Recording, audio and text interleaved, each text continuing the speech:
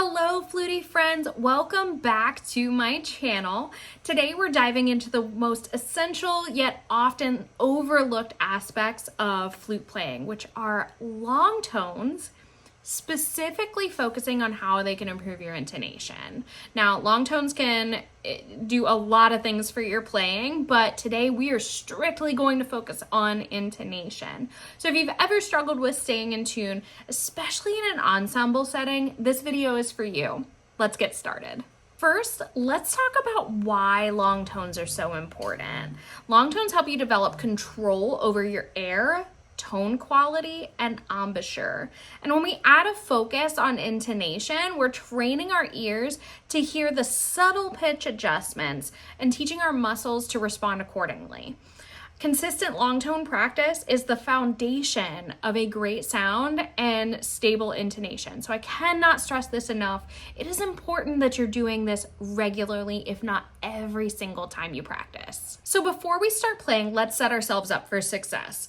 Grab your tuner or drone. You can see here that I have my handy dandy TE tuner app. So you can use either a physical tuner or an app.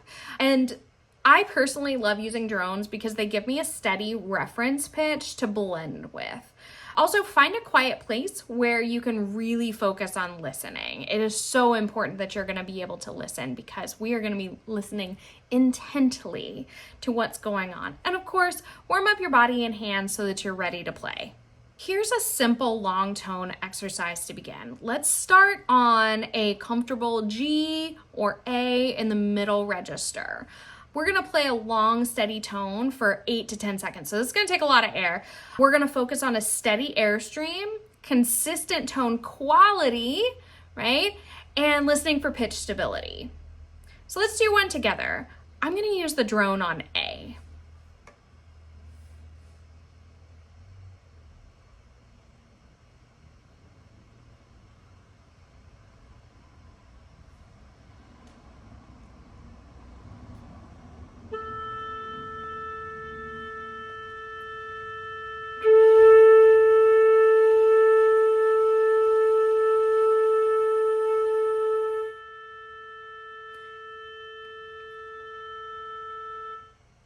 As you play, listen carefully. Are you perfectly in tune with the drone? So you'll notice that I was perfectly in tune there, but at the end, I kind of we started to warble a little bit, right? So as I started to lose airspeed, my pitch started to go down. Use a tuner to double check. If you are using a drone, as you can see with the TE Tuner app, it does both. So I can have the drone going and it will also give me instant feedback to what I'm playing. If you're sharp or flat, adjust slightly by using the vowels here and aiming your airstream up or down. I would not recommend that you're rolling your flute in or out, right? That is not a sustainable practice for intonation, right? Because every note that we play, especially in an ensemble setting, is going to require some sort of adjustment, and rolling in or out it's going to require too much of this, right? So adjusting the inside of your mouth, right? Going from O to ah to E to oo internally, it's going to help you adjust that intonation until it sounds just right. You can also adjust your airstream, right? If you need to go sharp, we're going to go up a little bit. If we need to go down, or flat, we're going to go down a little bit. Now let's expand this exercise to other notes. We're going to play, I would like you to play chromatically down to your low C, then back up to your higher C, right? The C above the staff. Each note should be held for the same amount of time. Okay, and your goal is to match the pitch with the drone or tuner as closely as possible.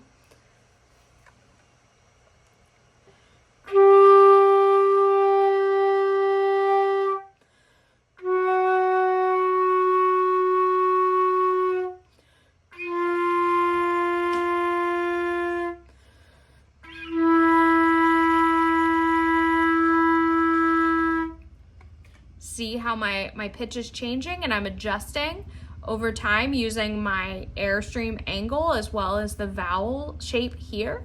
So be patient here.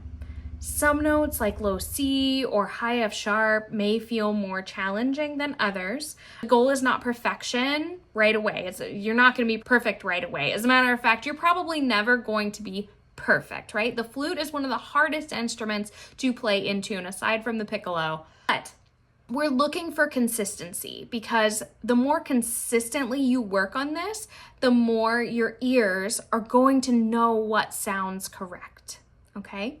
The next layer to add to this practice would be changing dynamics, crescendoing or decrescendoing through your note.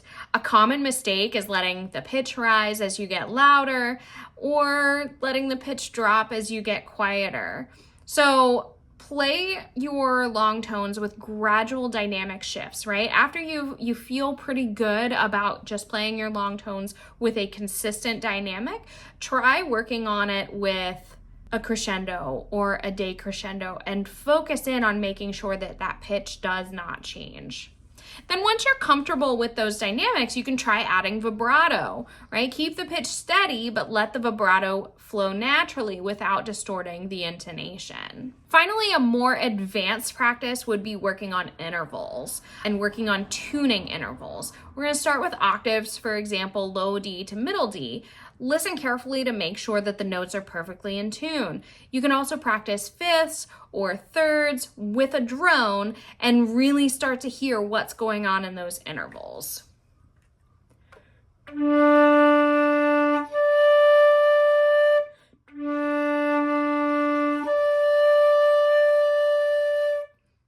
Right?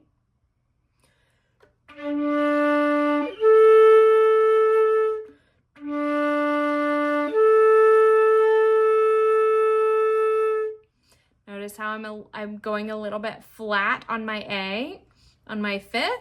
So make sure that you're constantly checking with your pitch with a tuner while you're doing this exercise. Now, here's the thing. I'm going to highly recommend that you are careful about the amount of time that you spend on this exercise. It is very good to work with the tuner. However, there is a point in which we need to work on our ears. So practicing with a drone is going to keep you from hyperfixating on that perfection, on that green dot in your tuner. So make sure that you are spending some time practicing with a drone so that you can actually hear the intervals and hear what's going on rather than just relying on your eyes. It's good to rely on your eyes in the beginning, but especially as you get more advanced, let's try relying on your ears a little bit more. Also, limit your time working on this. It is really easy to hyperfixate, especially if you're ADHD or neurodivergent like me. It is really, really easy to hyperfixate on working on intonation, right? Because it's really easy to want to be perfect. And again, this is not an overnight practice. You are going to do better with consistently working on it for 5 or 10 minutes than you are for spending an hour or an entire practice session working with the tuner. So here are a few final tips. Practice long tones daily. Work on them with different lights. You'll notice on my YouTube channel, there are practicing long tones for breath support, practicing long tones for tone color, practicing long tones for intonation. There are different things that you can focus on when it comes to your long tones, but if you practice them daily with some sort of focus in mind, it's going to improve your playing dramatically. Always listen actively. Intonation is so much more about training your ears than anything else, right? So you need to be very present, especially when you're working on intonation, right? It's not just about your eyes. It's not just about the visual of the metronome. It's about actually hearing and knowing what that is during live practice and not leaning on that metronome during that time. Finally, be patient. Again, this is a skill that develops over time. It is not going to happen overnight. And be very careful about being kind to yourself during this process too. Intonation is one of the hardest things that we work on as flute players, okay? It is so hard to play the flute in tune. So if you are taking some time to work on your intonation, just be very kind to yourself. Very, very, very kind to yourself. Well, that is it for today's video. I hope this helps you feel more confident about your long tone practice and your intonation. Let me know in the comments if you have any other long tone tips or questions. Don't forget to like, subscribe, and hit the bell icon so you never miss a new video. Happy practicing. I'm so proud of you for showing up, and I'll see you next time.